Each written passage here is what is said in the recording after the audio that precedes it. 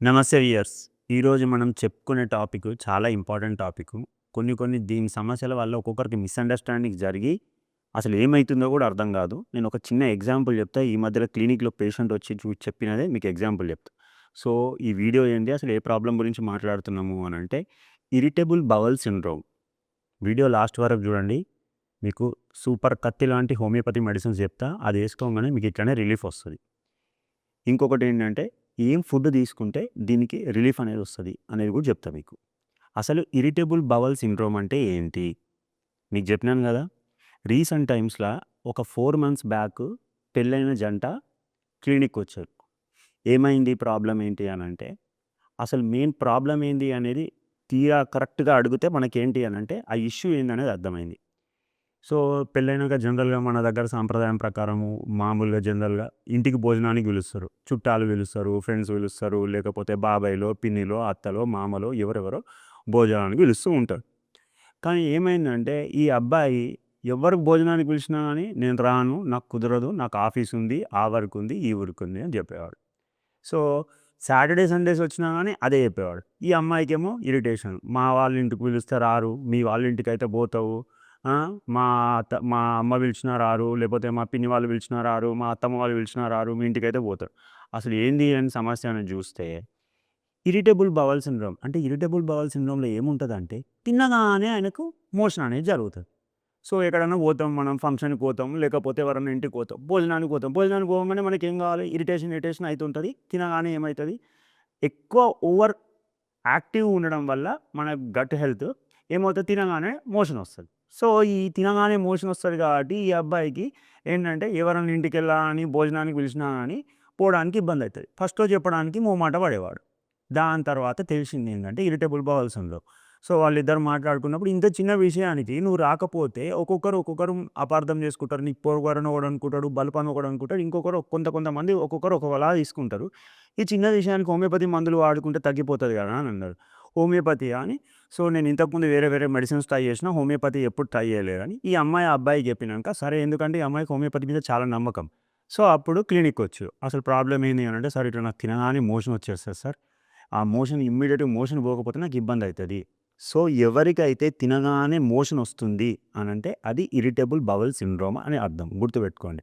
అది ఏందంటే irritable bowel syndrome ఎందుకొస్తది అంటే చాలా బాక్టీరియల్ ఇన్ఫెక్షన్స్ ఉన్నా గాని, ఇంకా రకరకాలు మెయిన్‌గా ఇప్పుడు గట్ బ్రెయిన్ యాక్సిస్ అంటారు. ఎవరికైతే యాంగ్జైటీ ఎక్కువుంటదో, స్ట్రెస్ ఎక్కువుంటదో, టెన్షన్ ఎక్కువ పడతారో ఏదో ఒక కారణం వల్ల, అప్పుడు ఏమైతదంటే బ్రెయిన్ కొన్ని సిగ్నల్స్ ఇయ్యడం వల్ల ఈ గట్ అనేది వీక్ అయిపోతది. సో, ఇమ్మీడియేట్‌గా మోషన్ రావడం జరుగుతది వీళ్ళకి. సో, ఈ యాంగ్జైటీ ఉన్నా గాని, స్ట్రెస్ ఎక్కువ పేషెంట్‌లకి ఐబీఎస్ అనేది కామన్‌గా తరచుగా చూస్తూ ఉంటాం. ఇంకోటి ఐబీఎస్ ఉన్న వాళ్ళకి ఎలాంటి లక్షణాలుంటాయి. సో, వాళ్ళు తినగానే మోషన్ పోతారు. ఇంకొకటి తేపుడొస్తాయి. కొంచెం తినగానే కడుపు ఉబ్బినట్టు అనిపిస్తది. గ్యాస్ట్రిక్ ప్రాబ్లమ్స్ ఉంటాయి. తర్వాత ఏంటి అంటే వీళ్ళకు ఎప్పుడు కడుపులో నొప్పి బాగా కడుపులో నొప్పి ఉంటది. తినగానే కడుపులో నొప్పి ఉంటది. నొప్పి. సో, వీళ్ళకేంది అంటే ఇమ్మీడియేట్‌గా వాష్‌రూమ్‌కెళ్ళి మోషన్ పోయేసి వచ్చేసినామా ఖతం. ఆ నొప్పి అనేది రిలాక్స్ అయితది.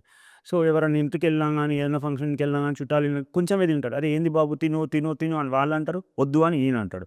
సో, ఏంది అంటే వీళ్ళకి కొంచెం తినగానే కడుపు నొప్పి లేస్తది. సో, అది గూడా ఒక trade mark symptoms of IBS. తినగానే మోషన్ రావడము, ఇంకొకటి కడుపు నొప్పి.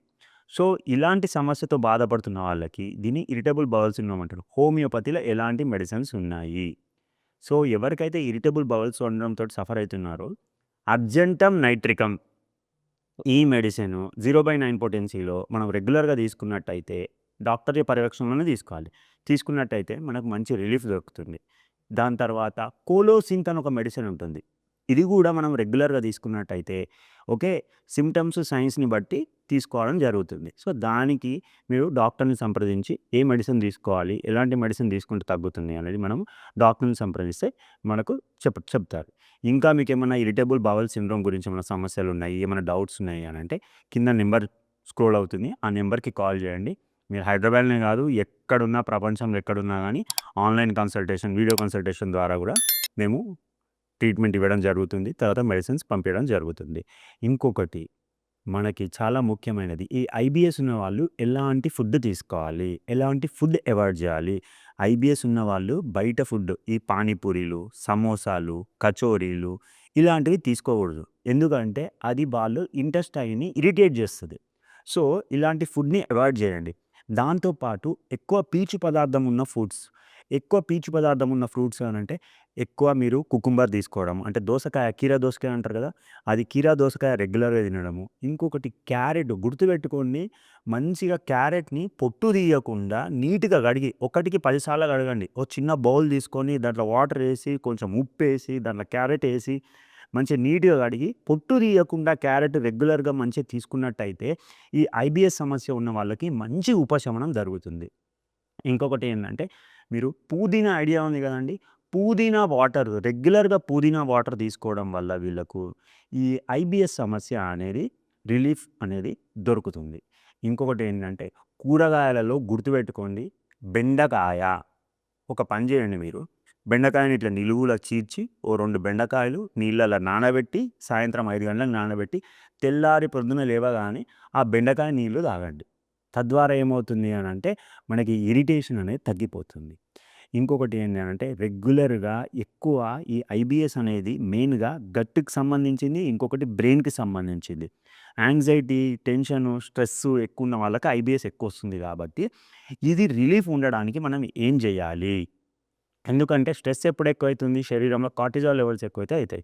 హ్యాపీ హార్మోన్స్ ఆక్సిటోసిన్, ఎండార్ఫిన్స్, ఇంకొకటి ఏంటి అంటే సెరోటోనిన్, ఇవి ఎక్కువ ఉండాలి. ఇవి ఎక్కువ ఉండాలంటే మీకు నచ్చిన ఫ్రెండ్స్ తోటి తిరగండి. మీ ఇంట్లో మీకు ఎవరు నచ్చితే వాళ్ళతో టైమ్ స్పెండ్ చేయండి. క్యారమ్ ఆడండి, ఫుట్బాల్ ఆడండి, వాలీబాల్ ఆడండి, బ్యాడ్మింటన్ ఆడండి, గేమ్స్ ఆడండి, పాటలు వినండి, డ్యాన్స్ చేయండి, సందడి సందడిగా ఉండండి, ఎంజాయ్ చేయండి, మీకు నచ్చిన పని చేయండి, టూర్‌కెళ్ళండి, ట్రావెల్ చేయండి, సినిమాకెళ్ళండి. మంచిగా మనము ఈ ఈ మామూలుగా మన కామెడీ షోస్ ఉంటాయి కదా! కామెడీ ఎక్కువ ఇనండి. ఇలాంటివి ఎక్కువ తీసుకుంటూ ఎంజాయ్ చేస్తూ స్ట్రెస్‌ని పారదోల్చండి. ఓకే. మంచి పొద్దున్న లేవగానే గాయత్రి మంత్రము ఇలాంటివన్నీ వింటూ, పొద్దున్న లేవగానే మంచి పాటలు వింటూ, మనము స్ట్రెస్ ఫ్రీగా ఉండడం ప్రయత్నం చేయండి. సో, స్ట్రెస్ ఫ్రీగా, టెన్షన్ ఫ్రీగా ఉంటే ఆటోమేటిక్‌గా ఐబీఎస్ అనేది ఖచ్చితంగా తగ్గుతుంది. దాంతో పాటు డైట్ కూడా మంచిగా తీసుకోండి. Thank you.